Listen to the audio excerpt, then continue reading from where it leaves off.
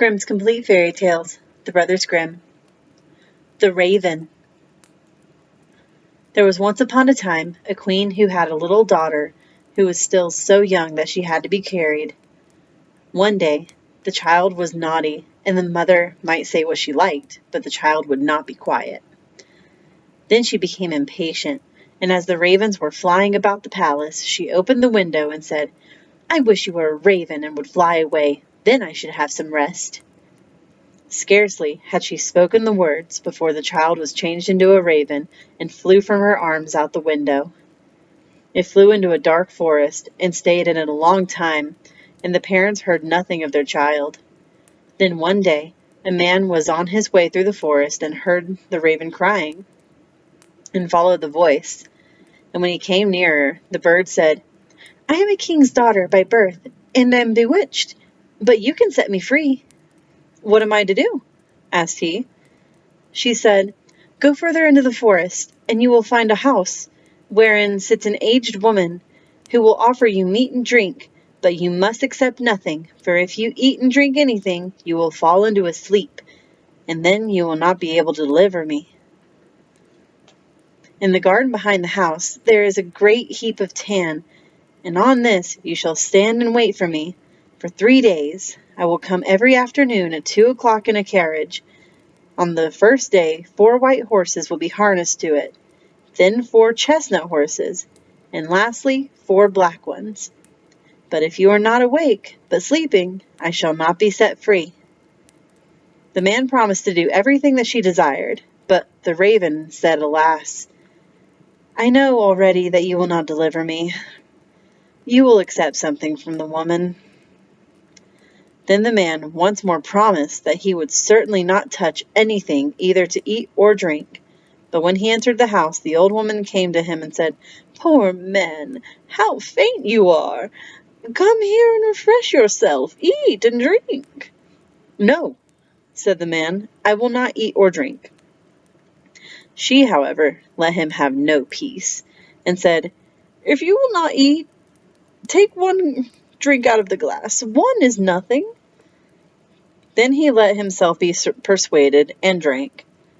Shortly before 2 o'clock in the afternoon, he went to the garden to the tan heap to wait for the raven.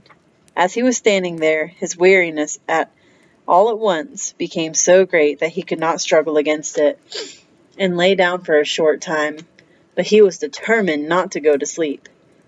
Hardly, however, had he lain down than his eyes closed of their own accord, and he fell asleep and slept so soundly that nothing in the world could have aroused him. At 2 o'clock the raven came driving up with 4 white horses, but she was already in deep grief and said, "I know he is asleep." And when she came into the garden, he was indeed lying there asleep on the heap of tan. She alighted from the carriage, went to him, shook him, and called him, but he did not wake.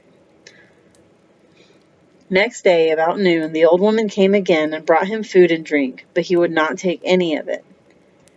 But she let him have no rest, and persuaded him at length. He again took 1 drink out of the glass. Towards 2 o'clock he went into the garden to the tan heap to wait for the raven, but all at once felt such a great weariness that his limbs would no longer support him. He could not help himself. He was forced to lie down and fell into a heavy sleep. When the raven drove up with 4 brown horses, she was already full of grief and said, "I know he is asleep." She went to him, but there he lay sleeping, and there was no waking him. Next day the old woman asked, what was the meaning of this? He was neither eating nor drinking anything. Did he want to die? He replied, "I am not allowed to eat or drink, and will not do so."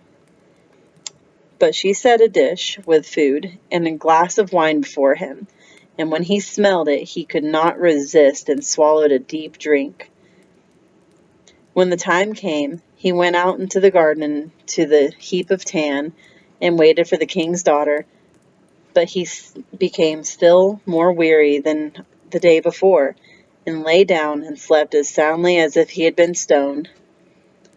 At 2 o'clock the raven came with 4 black horses, and the coachman, and everything else was black.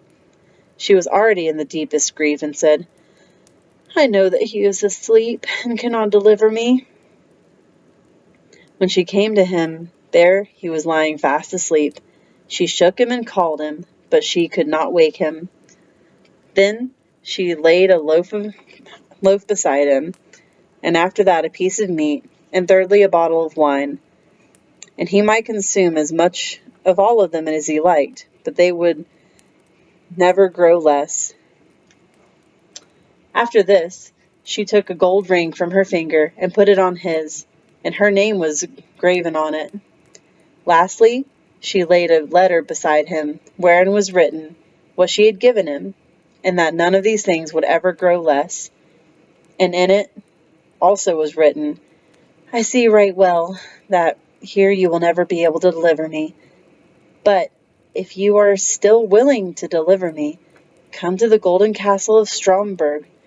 It lies in your power, of that I am certain." And when she had given him all these things, she seated herself in the carriage and drove to the golden castle of Stromberg. When the man awoke and saw that he had slept, he was sad at heart and said, "She was certainly driven by, and I have not set her free." Then he perceived the things which were lying beside him, and read the letter wherein was written how everything had happened. So he arose and went away, intending to go to the golden castle of Stromberg. But he did not know where it was. After he had walked about the world for a long time, he entered into a dark forest, and walked for 14 days, and still could not find his way out. Then it was once more evening, and he was so tired that he lay down in a thicket and fell asleep. Next day he went onwards, and in the evening, as he was again about to lie down beneath some bushes, he heard such a howling and crying that he could not go to sleep. And at that time, when people lit the candles, he saw one glimmering, and arose and went towards it. Then he came to a house which seemed very small, for in front of it a great giant was standing. He thought to himself, "If I go in, and the giant sees me, it will very likely cost me my life." At length he ventured it and went in. When the giant saw him, he said, "It is well that you come, for it is long since I have eaten. I will at once eat you for my supper." "I'd rather you would leave that alone," said the man. "I do not like to be eaten. But if you have any desire to eat, I have quite enough here to satisfy you." "If that be true," said the giant, "you may be easy. I was only going to devour you because I had nothing else." Then they went in and sat down to the table, and the man took out the bread, wine, and meat, which would never come to an end. "This pleases me well," said the giant, and ate to his heart's content. Then the man said to him, "Can you tell me where the golden castle of Stromberg is?" The giant said, "I will look at my map. All the towns and villages and houses are to be found on it." He brought out the map, which he had in the room, and looked for the castle, but it was not to be found. "It's no matter," said he. "I still have some larger maps in my cupboard upstairs, and we will look at them too." But there, too, it was in vain. The man now wanted to go onwards, but the giant begged him to wait a few days longer until his brother, who had gone out to bring some provisions, came home. When the brother came home, they inquired about the golden castle of Stromberg. He replied, "When I have eaten and have had enough, I will look in the map." Then he went with him to the chamber, and they searched in the map, but could not find it. Then he brought out still older maps, but they never rested until they found the golden castle of Stromberg, but it was many miles away. "How am I to get there?" asked the man. The giant says, "I have 2 hours' time, during which I will carry you into the neighborhood. But after that, I must be at home to suckle the child that we have." So the giant carried the man to about 100 leagues from the castle and said, "You can very well walk the rest of the way alone." And he turned back. The man, however, went onwards day and night until at length he came to the golden castle of Stromberg. It stood on a glass mountain, and the bewitched maiden drove in her carriage round the castle, and then went inside it. He rejoiced when he saw her, and wanted to climb up to her, but when he began to do so, he always slipped down the glass again, and when he saw that he could not reach her, he was filled with trouble, and said to himself, "I will stay down here below and wait for her." So he built himself a hut, and stayed in it for a whole year, and every day saw the king's daughter driving about above, but never could go to her. And one day he saw from his hut 3 robbers who were beating each other, and cried to them, "God be with you!" They stopped when they heard the cry, but as they saw no one, they once more began to beat each other, and that too most dangerously. So he cried again, "God be with you!" Again they stopped, looked around, but as they saw no one, they went on beating each other. Then he cried for the 3rd time, "God be with you!" and thought, "I must see what these 3 are about," and went over and asked why they were beating each other so furiously. One of them said that he had found a stick, and that when he struck a door with it, the door would spring open. The next said that he'd found a mantle, and that whenever he put it on, he was invisible. But the third said he found a horse on which a man could ride everywhere, even up to the glass mountain. And now they did not know whether they ought to have these things in common, or whether they ought to divide them.